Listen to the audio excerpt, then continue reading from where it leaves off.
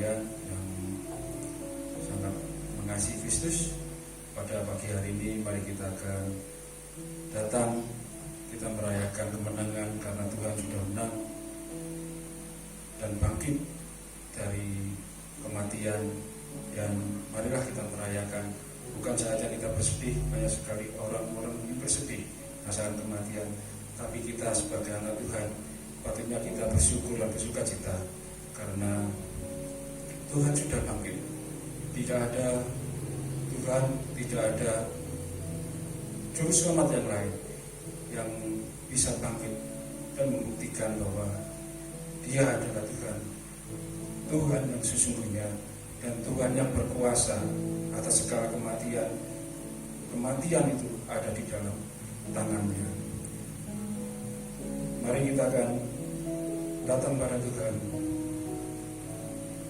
Kita akan nyanyikan pujian karena salib-Mu.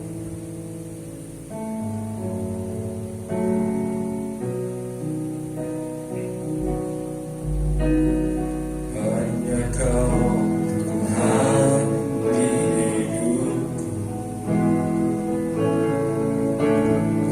Kau berikan hidup yang baru. Darah-Mu menyucikan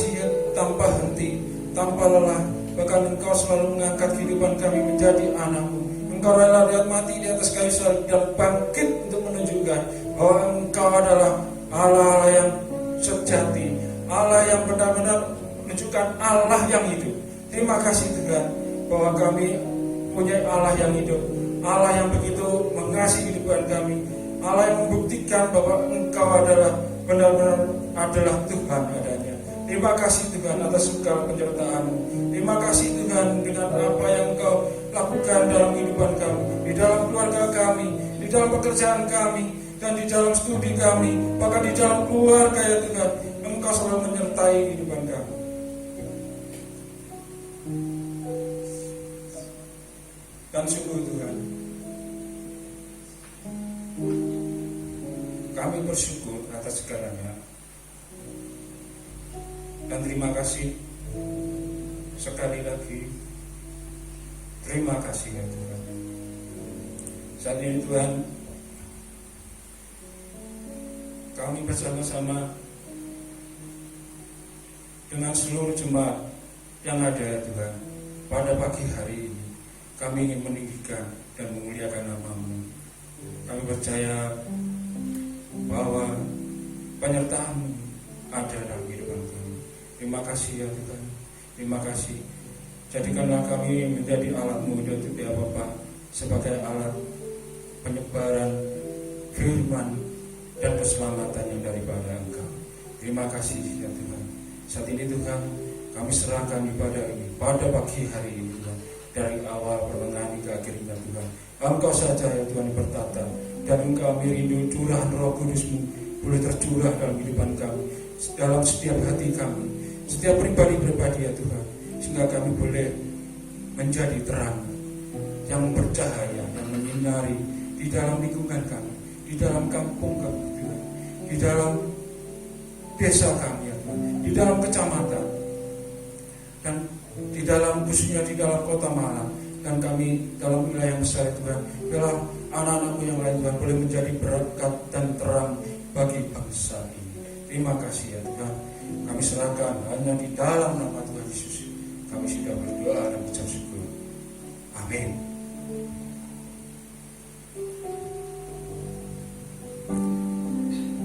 Allah adalah sungguh memberikan kasih-Nya kepada kita.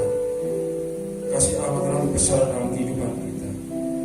Maka dari itu, biarlah hati kita boleh bersyukur dan mengucap syukur setiap hari, karena Tuhan selalu mencurahkan kasih-Nya buat kita. Aku lihat bukti kasih-Mu, Kau menderita demikianku. Dengan darah-Mu Kau selamatkanku. Kini ku hidup menyenangkan-Mu. Sekali lagi telah ku lihat bukti kasih-Mu, Kau menderita gantikanku. Dengan darah-Mu Kau selamatkanku. Kini ku hidup menyenangkan-Mu. Terlalu besar kasih-Mu Bapa, pengorbanan yang Kau berikan bagiku.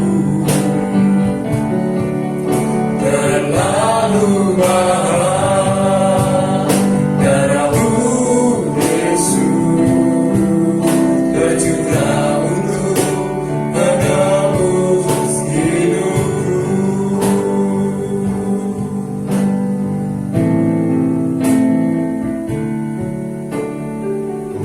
Telah kulihat bukti kasih-Mu,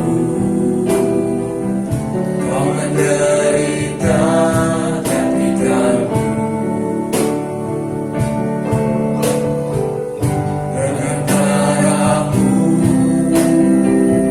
Kau selamatkanku. Kini ku hidup menyenangkan-Mu. Terlalu besar kasih-Mu Bapa, pengorbanan yang Kau berikan bagiku.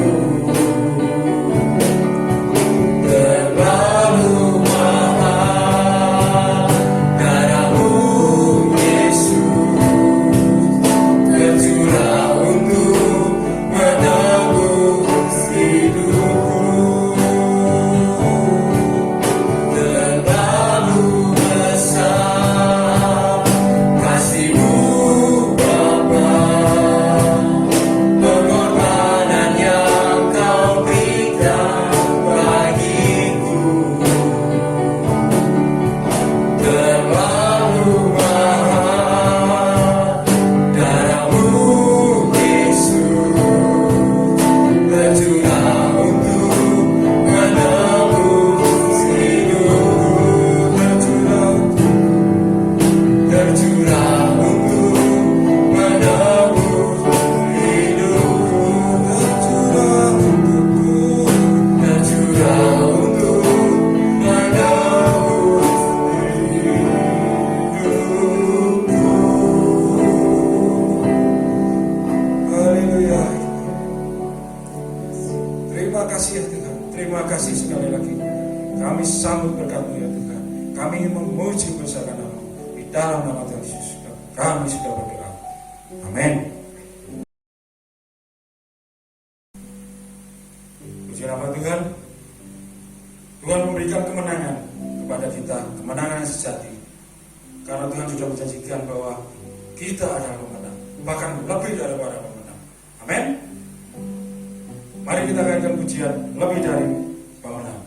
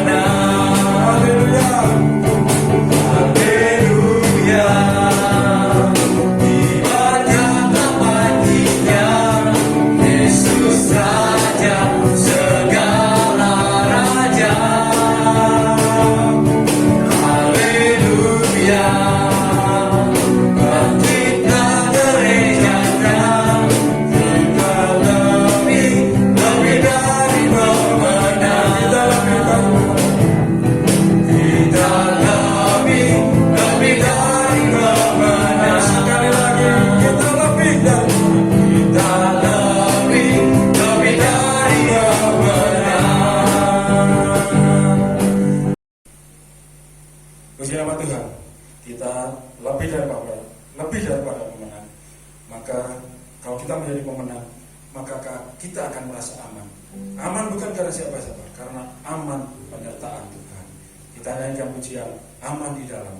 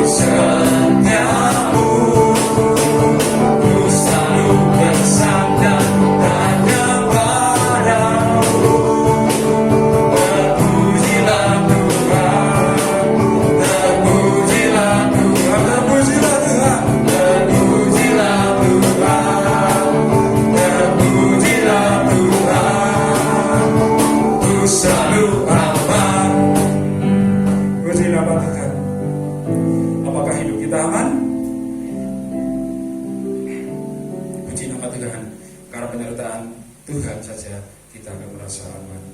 Kita akan ujian, Kaulah Tuhan.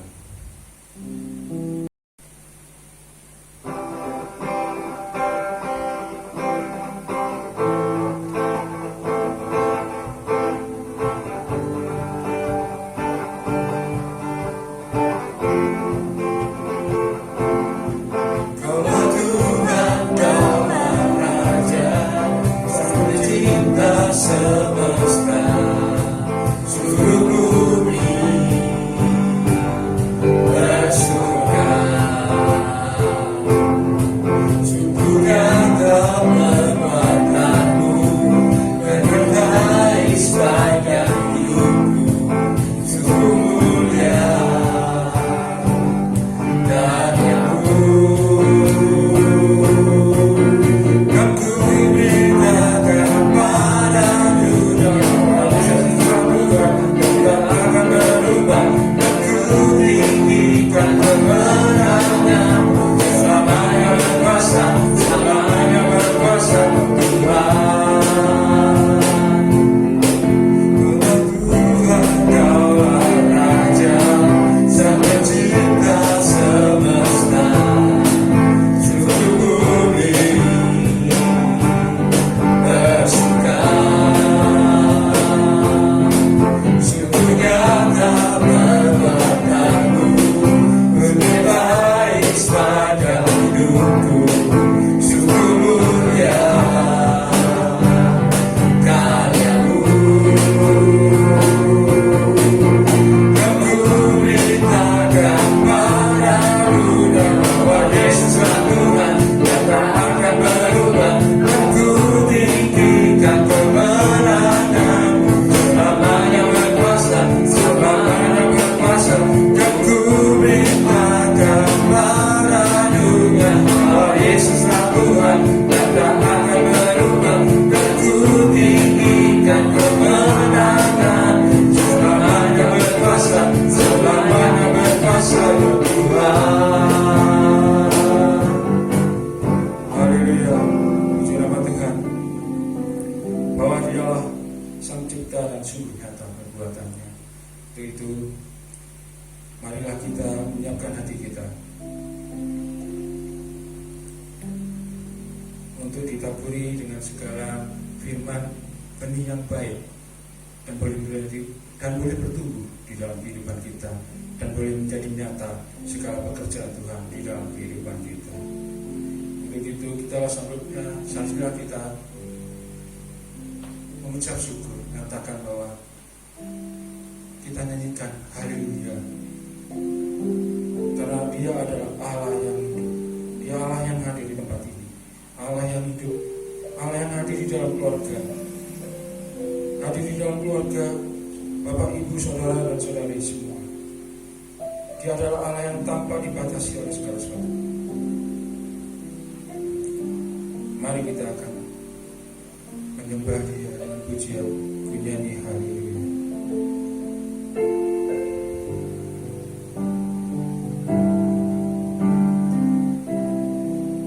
Bapakku datang menyembahmu di sini, ku percayakan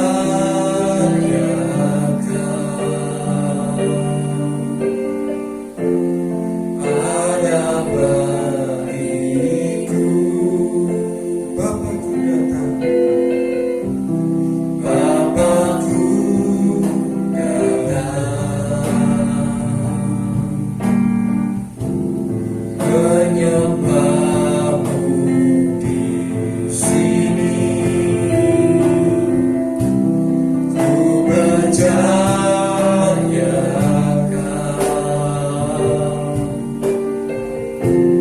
ada bagiku.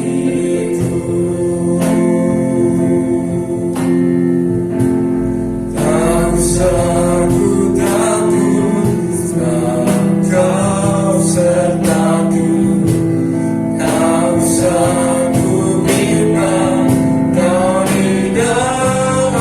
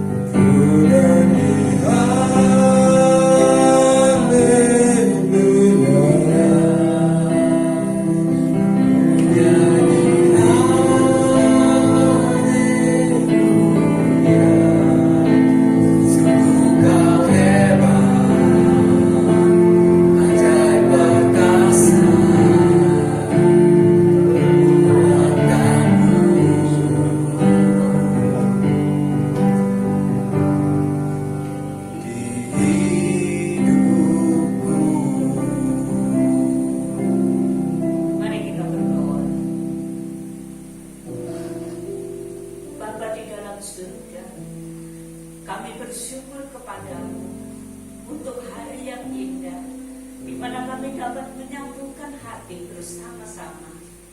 Kami bersyukur untuk hari Paskah ini. Engkau ada bersama-sama dengan kami di tengah keluarga kami masing-masing. Bapa di surga, sebentar kami mau mendengar firman. Hamba mohon urapi hamba-Mu, pakai hamba-Mu oleh Roh Kudus-Mu untuk memberkati jiwa kami semua satu persatu.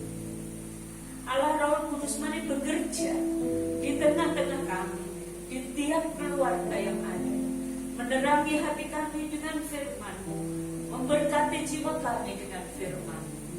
Di dalam nama Tuhan Yesus kami berdoa dan ucap syukur. Amin.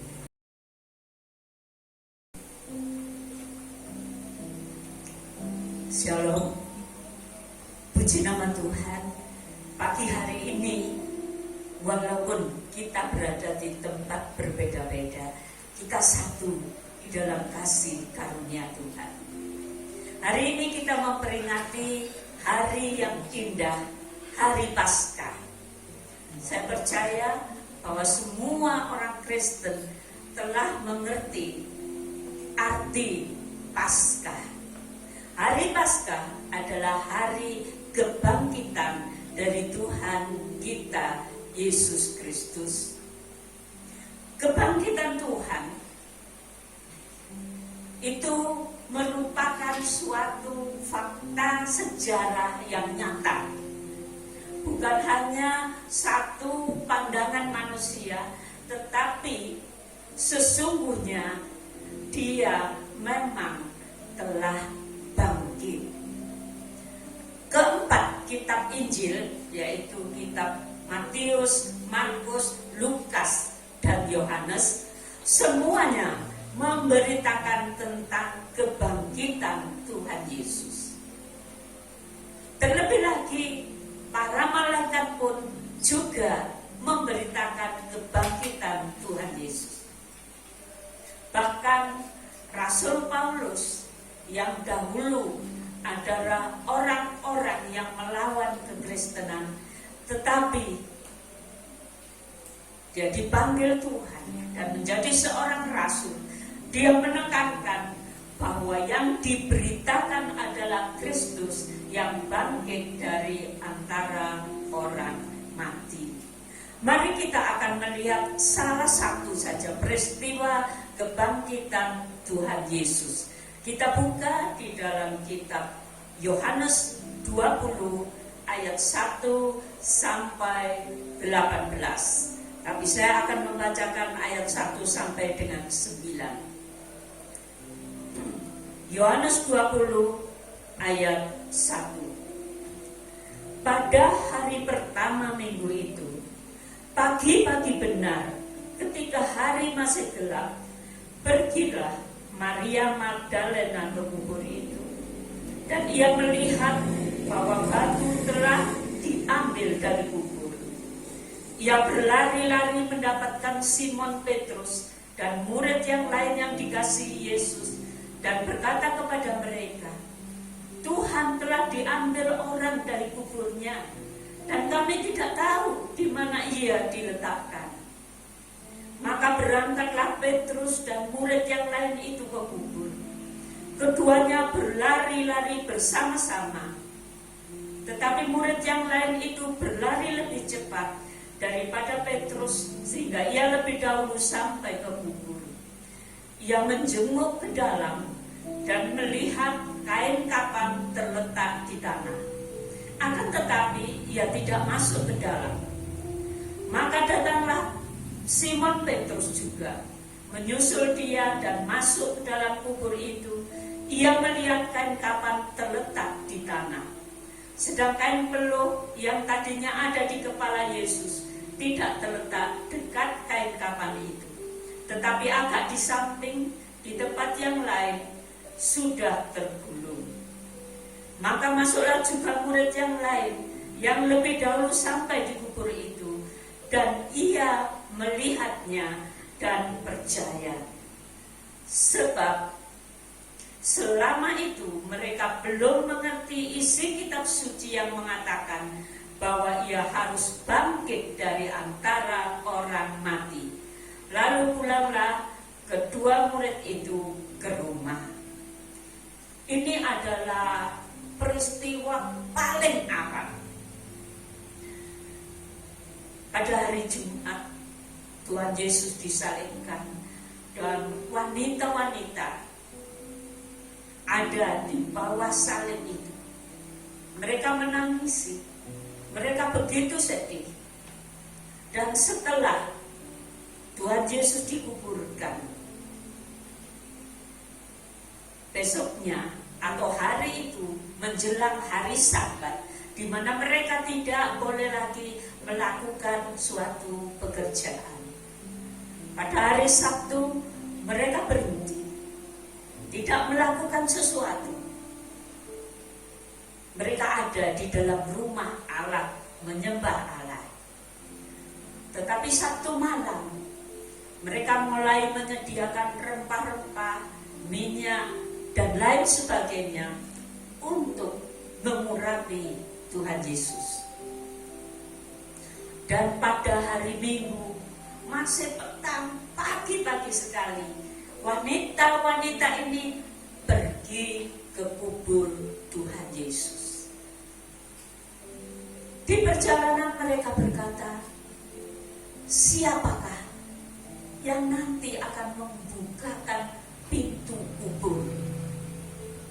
Kubur itu ditutup dengan sebuah batu yang besar. Dan kubur itu dijaga oleh tentara Romawi. Tidak boleh ada orang datang ke situ. Tetapi saat Maria Magdalena dengan Maria yang lain, mereka sampai di kubur itu, mereka terkejut karena kubur itu telah terbuka. Para penjaga tidak ada di situ. Kemudian mereka melihat bahwa kubur itu kosong. Lalu mereka keluar, mereka lari untuk mencari murid-murid Tuhan Yesus. Akhirnya mereka bertemu dengan Petrus dan Yohanes.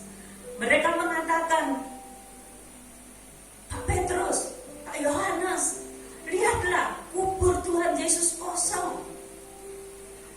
Dia telah dicuri orang, mayatnya tidak ada di situ. Betul kan? Betul Pak Petrus, betul. Mari kita ke sana. Lalu Petrus dan Yohanes, mereka juga berlari-lari menuju ke kubur. Karena Yohanes lebih muda, waktu dia berlari-lari, dia sampai di kubur lebih dulu. Dia menyenggok ke dalam kubur, dia melihat kubur itu kosong. Kemudian Petrus yang lebih tua itu sampai pula di situ.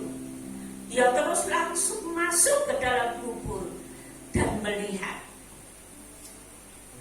bahwa kubur itu kosong. Mereka bingung, mereka tidak tahu bagaimana.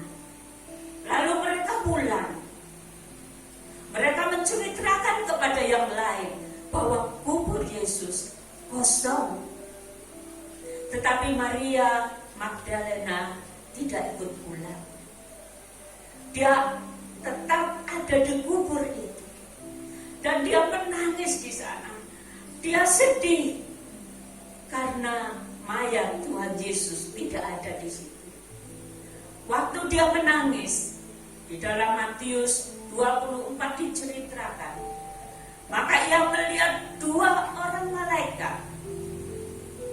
Dan malaikat itu mengatakan, mengapa kamu mencari yang hidup di antara yang mati? Ia tidak ada di sini, ia telah bangkit. Pergilah, beritahulah kepada murid-murid bahwa ia telah bangkit. Mendengar ini Maria takut, tetapi hatinya masih begitu sedih dan ia tetap menangis di situ. Lalu terdengarlah di belakangnya seorang laki-laki yang mengatakan, "Ibu, mengapa kamu menangis?" Dia pikir laki-laki itu adalah penjaga kubur. Dia berkata, "Pak, tolong, di mana tubuh Tuhanku? Di mana tubuh guruku? Tidak ada. Ada yang mencuri. Tolong, Bapak." Tetapi pada saat itu yang ada di belakangnya mulai memanggil dengan kebiasaan Tuhan Yesus memanggil. Dia panggil Maria. Waktu dia mendengar orang itu memanggil Maria, maka ia cepat membalikkan tubuhnya. Ia tahu bahwa itu Tuhan Yesus. Ia mau memegang kaki Tuhan Yesus untuk menyembah dia. Tapi Tuhan Yesus katakan, "Jangan, aku belum kembali kepada Bapa." Inilah salah satu kisah di mana Tuhan Yesus benar-benar bangkit. Ia bangkit, ia hidup, ia menampakkan diri berulang-ulang selama 40 hari. Kira-kira ada 10 kali peristiwa ia menampakkan diri kepada murid-muridnya untuk meyakinkan mereka bahwa ia bangkit dari antara orang mati, bahwa ia hidup, bahwa ia tidak mati, dan ia ada bersama dengan mereka. Bahkan pada saat yang terakhir, ia pergi ke Bukit Zaitun bersama dengan murid-murid, dan ada sekitar 500 orang bersama-sama dengan dia. Dan di Bukit Zaitun itu mereka menyaksikan bahwa dia naik ke surga. Setelah ia sampai di atas sana, ia ditutup awan-awan. Lalu datanglah 2 orang malaikat yang memberitahu bahwa sebagaimana ia naik, dia akan turun, dia akan datang ke dunia ini. Bapak, Ibu, dan saudara sekalian, ia benar-benar bangkit, dan begitu banyak saksi yang menyaksikan bahwa dia bangkit, dia hidup, dia kembali ke surga. Kebangkitan Tuhan Yesus membuktikan bahwa dia adalah Allah. Tidak ada seorang pun atau seorang nabi pun yang mati di bumi ini kemudian bangkit dan hidup. Memang ada beberapa orang yang sudah mati dan dibangkitkan oleh Tuhan Yesus, seperti pemuda di Nain, seperti Lazarus, saudara Maria.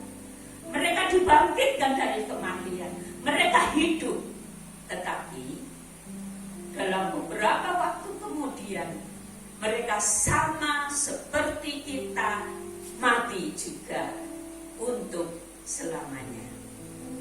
Nah, apa beda kebangkitan Tuhan Yesus dengan kebangkitan mereka? Kalau mereka bangkit hidup dalam beberapa tahun, mungkin beberapa puluh tahun, tetapi Tuhan Yesus bangkit hidup, menyatakan dirinya, dan kemudian dia naik ke surga.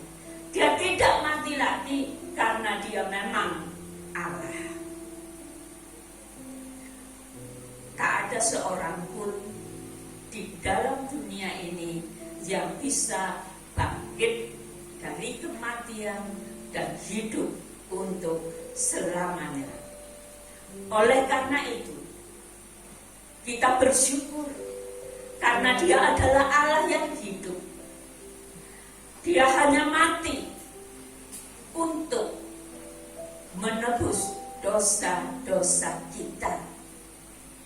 3 hari kemudian ia bangkit, ia hidup, dan ia naik ke surga. Dia bukan manusia, tetapi dia Allah yang telah menjelma menjadi manusia.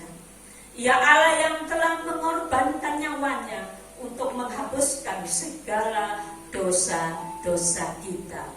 Kita bersyukur kita punya juru selamat, bukan manusia, tetapi Allah yang hidup. Karena dia Allah yang hidup, maka ia menyatakan seperti ini. Kita buka dalam Yohanes 11 ayat 25 dan 26. Yohanes 11 ayat 25 dan 26. Jawab Yesus, "Akulah kebangkitan dan hidup. Barang siapa percaya kepadaku, ia akan hidup walaupun ia sudah mati. Dan setiap orang yang hidup dan yang percaya kepadaku, ia tidak akan mati selama-lamanya. Akulah kebangkitan dan hidup. Barang siapa yang percaya kepadaku, ia tidak akan mati. Ia akan hidup walaupun dia sudah mati." Bapak, Ibu, dan saudara sekalian, kita bersyukur dia bangkit, dia hidup, dan dia memberi kehidupan kepada orang-orang yang percaya kepadanya. Kita melihat bahwa ia adalah Roh yang menghidupkan. Ia adalah Roh yang menghidupkan. Kembali kepada tadi saya katakan bahwa Rasul Paulus begitu gencar memberitakan bahwa Yesus bangkit dari antara orang mati. Mari kita lihat apa yang dikatakan Rasul Paulus dalam kitab 1 Korintus 15.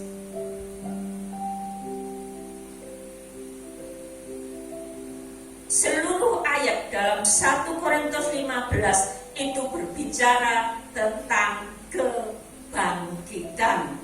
Tentu kita tidak ada waktu kalau kita mau membaca semuanya. Karena itu saya akan bacakan ayat 45, 50 sampai 53 dan akhirnya 58. Mari kita baca. 1 Korintus 15 ayat 45. Seperti ada tertulis, manusia pertama Adam menjadi makhluk yang hidup, tetapi Adam yang akhir menjadi roh yang menghidupkan. Dari Adam yang pertama kita mendapatkan kehidupan jasmani ini. Apa yang kita alami, kita dapat berjalan, kita dapat melakukan segala sesuatu, kita makan, kita minum, kita melakukan segala yang lain karena kita memiliki tubuh jasmani. Dari Adam yang pertama kita mendapatkan kehidupan yang jasmani. Tapi kehidupan jasmani ini satu kali pasti mati. Dan kehidupan yang jasmani ini mati menuju kebinasaan.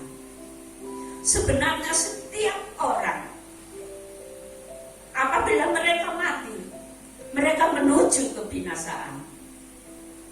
Tetapi kita bersyukur masih ada harapan. Seperti apa yang terjadi di Indonesia pada masa kini, yang diserang oleh COVID-19,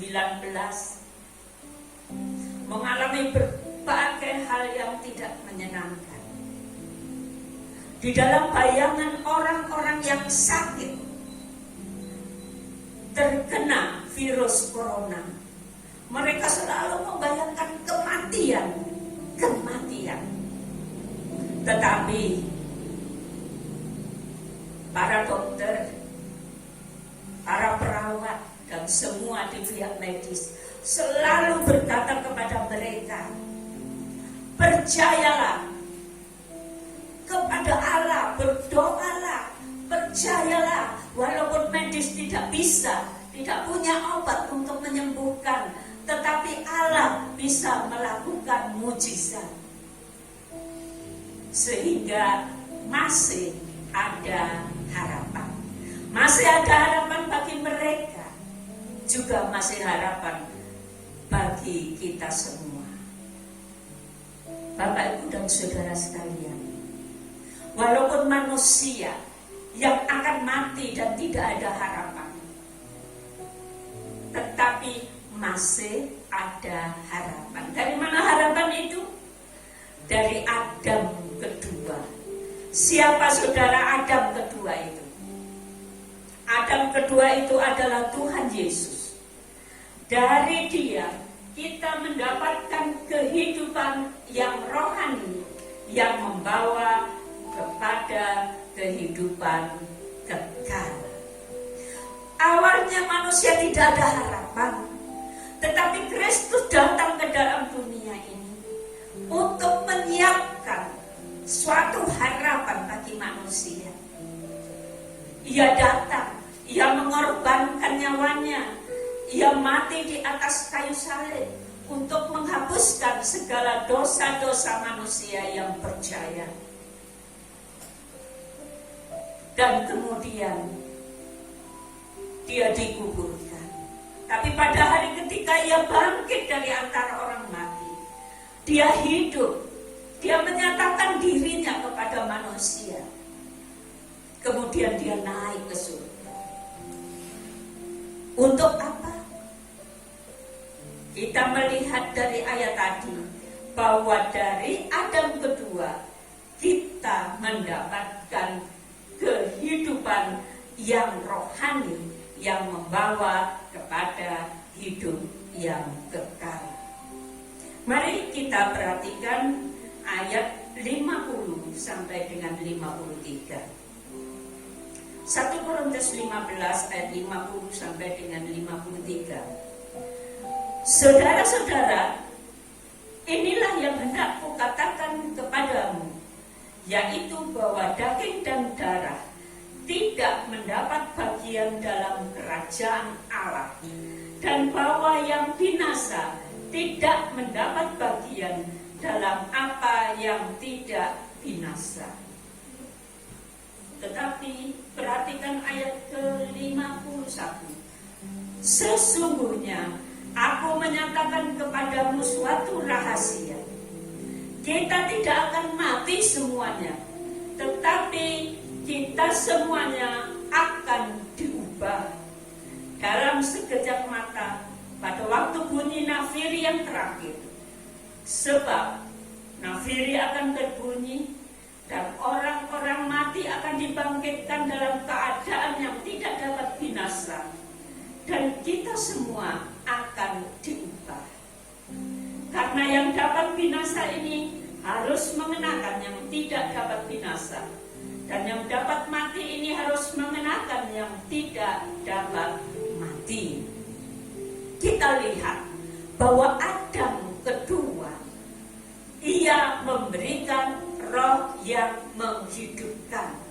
Dan dengan roh yang menghidupkan yang ada dalam diri kita, diri orang-orang yang percaya dan bertobat kepada Tuhan, menerima Tuhan Yesus sebagai juru selamat, di dalam diri kita ada kehidupan yang rohani.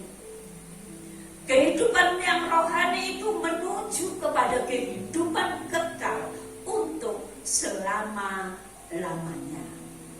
Saudara, mari lihat hidup saudara.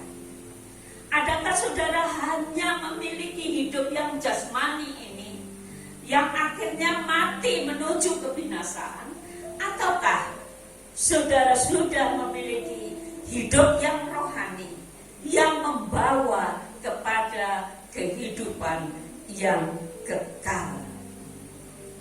Apa yang dikatakan Rasul Paulus di sana? Satu kali ia akan datang di awan-awan, dan bunyi nafiri akan dibunyikan. Seluruh umat manusia di dalam dunia ini akan mendengar dan menyaksikan ia ada di awan-awan.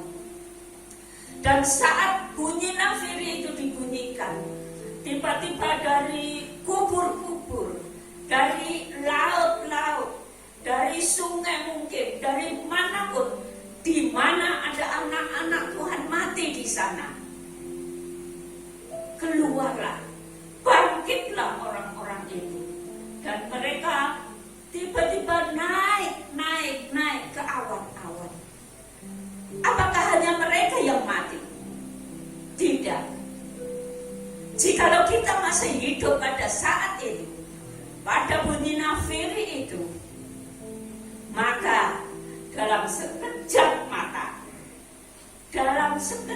mata, orang Jawa katakan sak kedepan, tiba-tiba tubuh kita ini akan diubahkan menjadi tubuh kemuliaan, dan kita seperti Tuhan Yesus naik ke surga, tiba-tiba tubuh kita akan naik, bertemu Tuhan di angkasa, dan akhirnya pergi ke kemuliaan kekal. Kebangkitan Yesus memberi kehidupan, dan kehidupan itu bukan hanya kehidupan di dalam dunia ini, tapi hidup kekal selama-lamanya.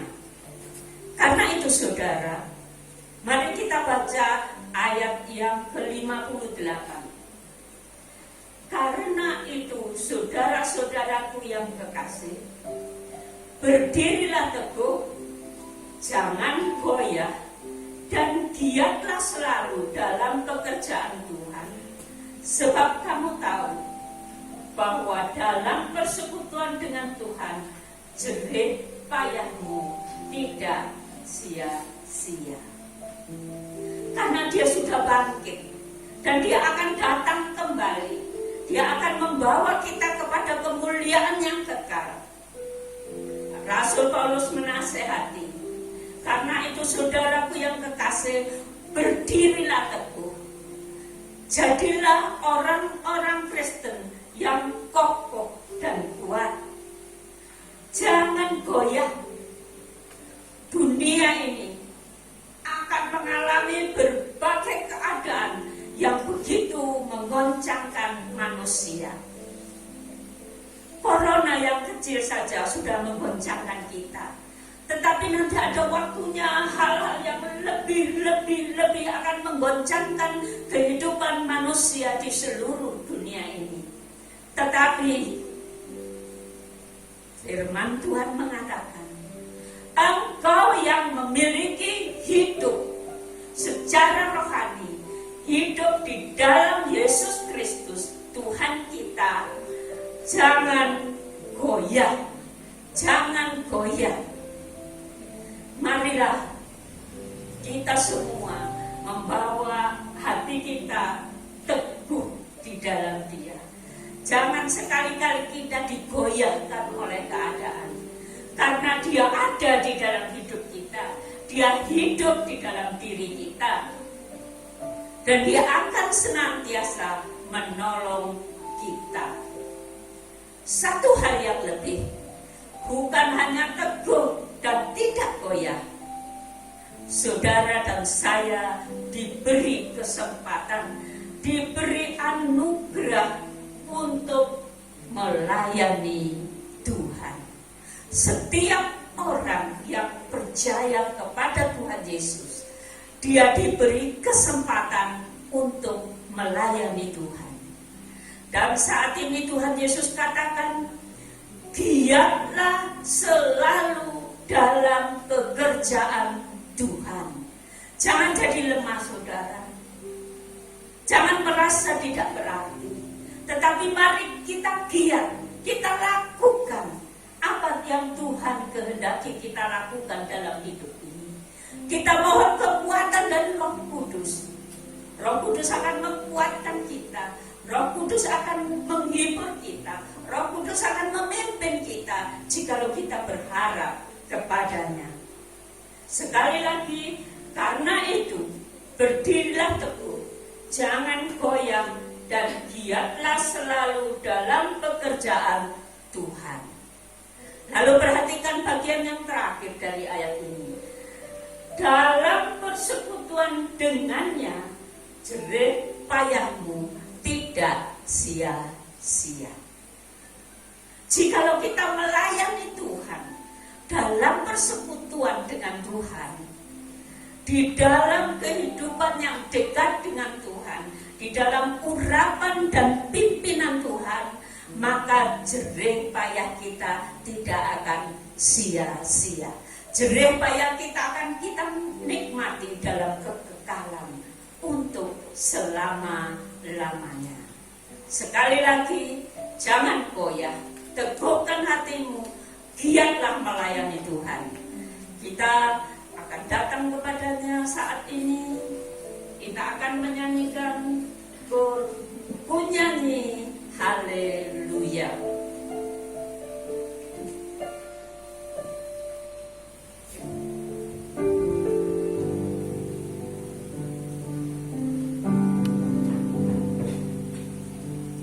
Marilah dengan nyanyian ini kita akan menyembah Dia dengan hati yang sungguh-sungguh.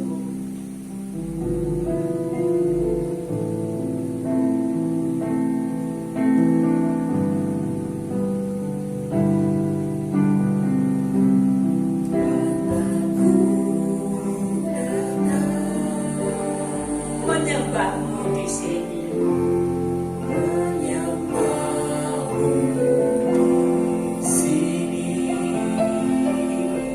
Percaya kau ada.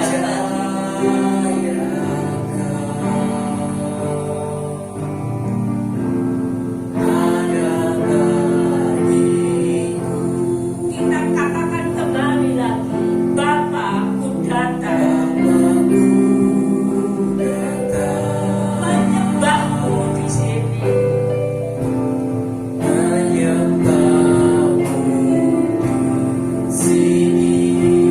Ku percaya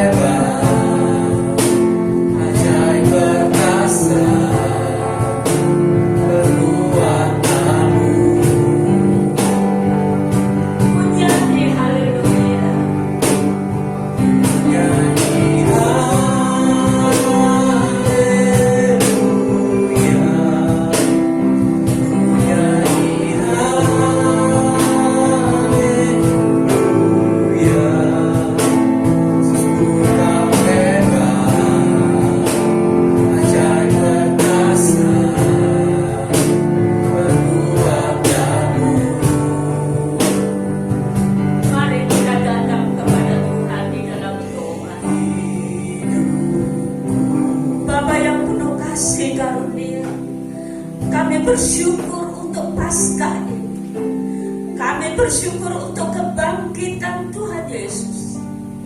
Karena Tuhan Yesus telah bangkit, hidup, dan memberi kehidupan yang rohani kepada kami.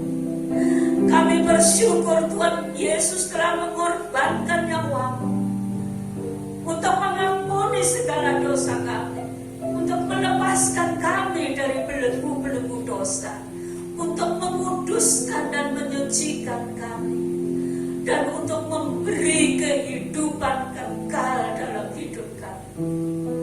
Kami bersyukur kehidupan rohani, kehidupan kekal Engkau anugerahkan kepada kami.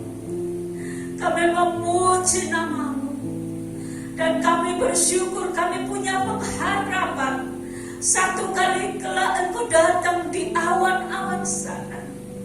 Engkau akan mengangkat kami, Engkau akan membawa kami bertemu dengan Engkau di udara, dan Engkau membawa kami masuk ke dalam kemuliaan yang kekal itu. Kami bersyukur kepada-Mu Tuhan.